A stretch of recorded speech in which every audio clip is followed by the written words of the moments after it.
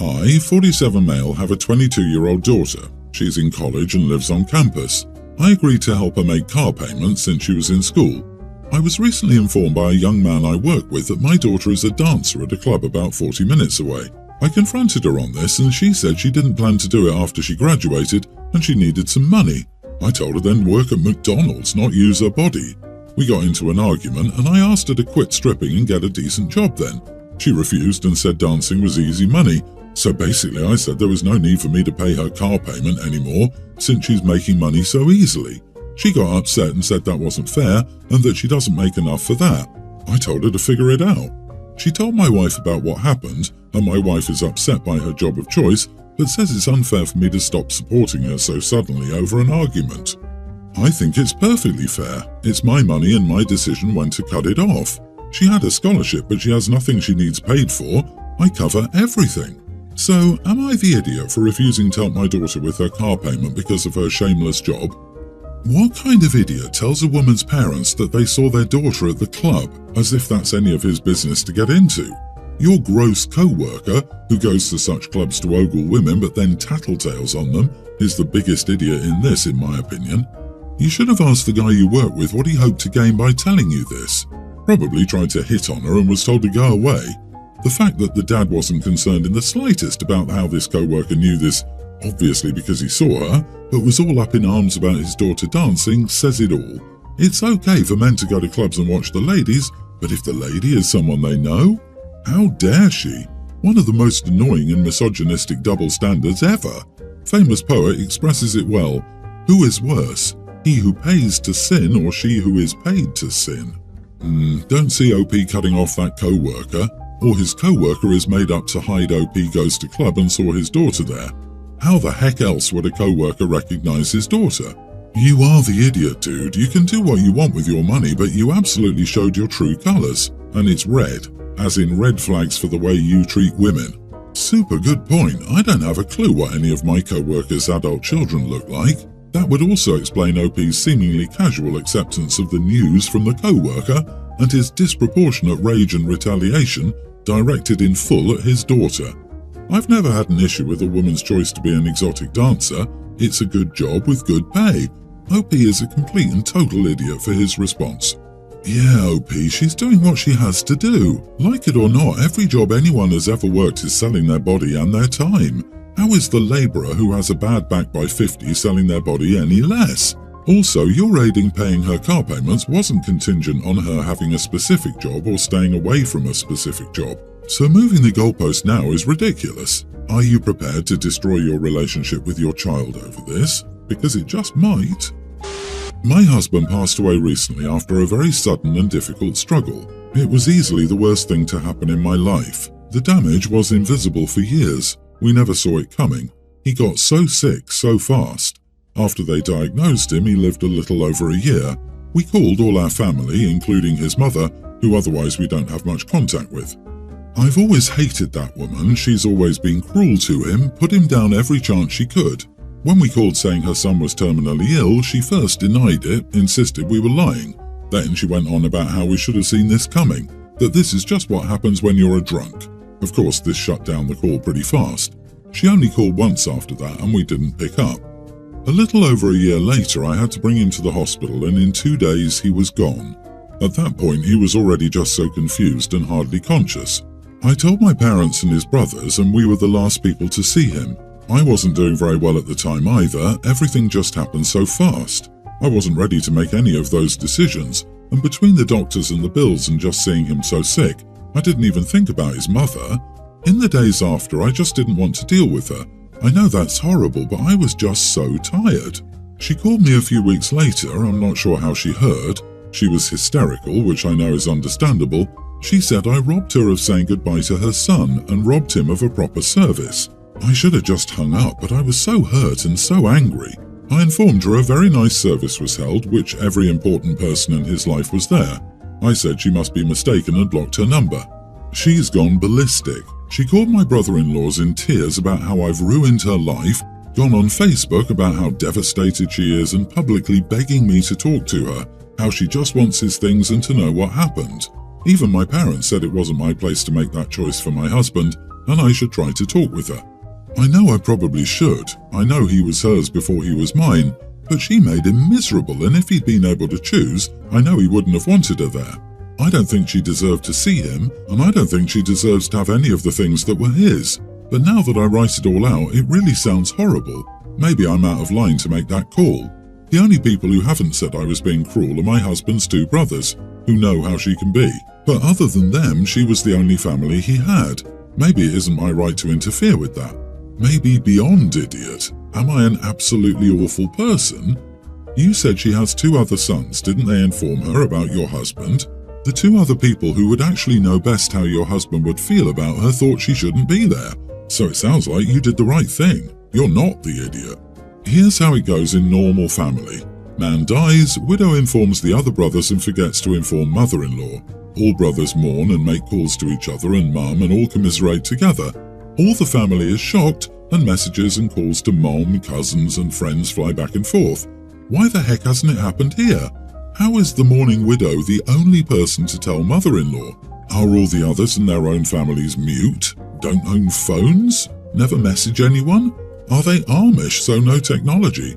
These days, someone bumps their head and news is all over the family wherever in the world they are. Something stinks and it's definitely not OP. Agree, mother-in-law is a mother of the year, said no one ever. Blood relationship does not entitle anyone to be in someone's life. She didn't earn a place in her son's life. That's on her.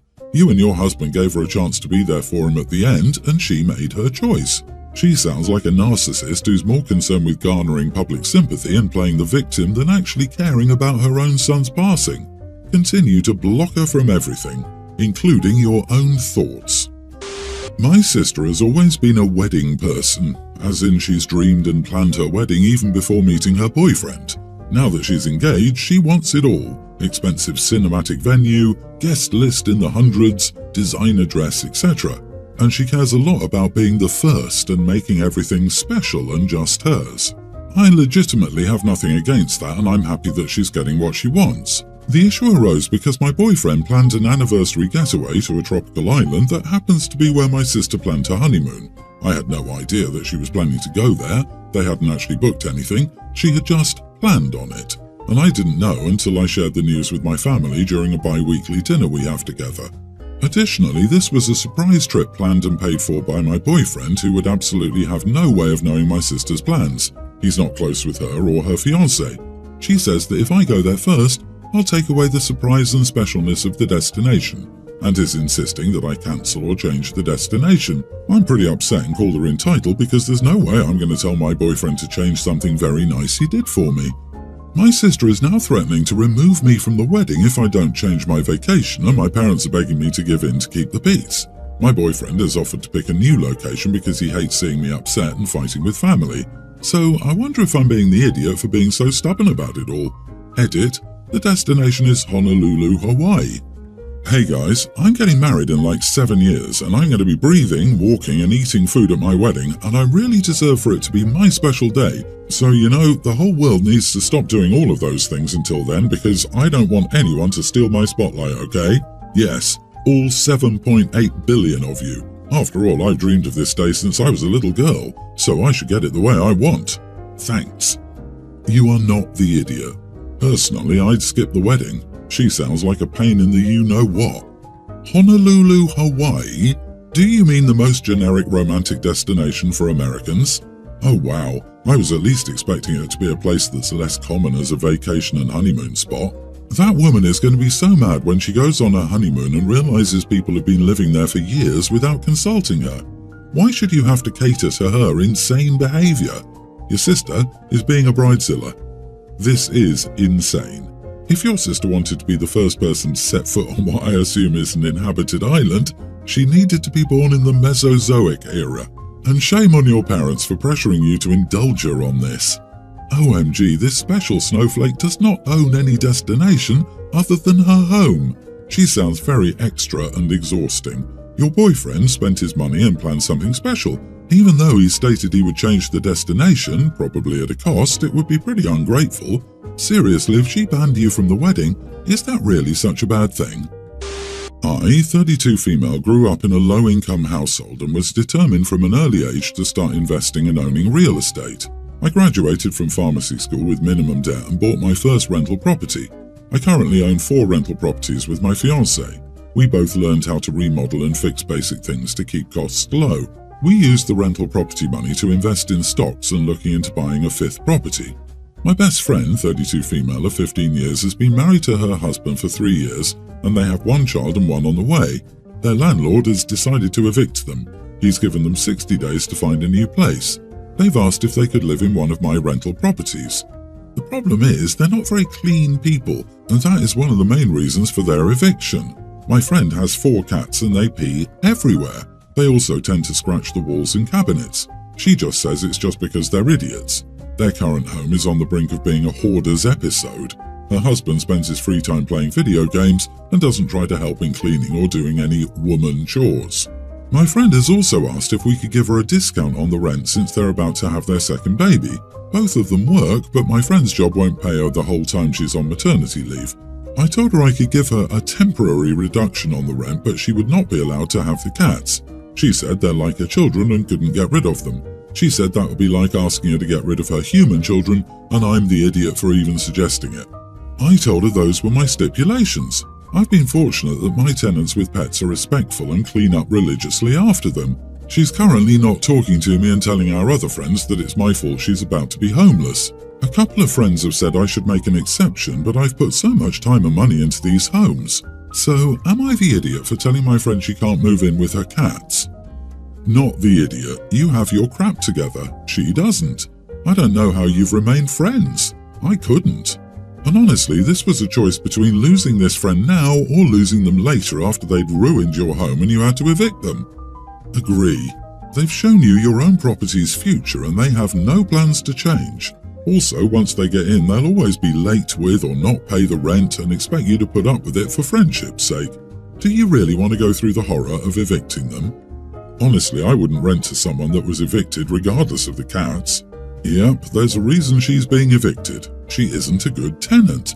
She's already asking you to discount rent and she hasn't moved in yet. Oh my lord, do not do this. She is preparing to take advantage of you, and this would certainly end the friendship, whatever friendship there was, if it isn't already clearly over by her somehow making wrecking her apartment and getting evicted your fault. Me, teen male, and my brother Max, 19 male, have always been very good academically. At home, our fridge is full of all our report cards and various achievements. My sister Fair, teen female, on the other hand, not so much.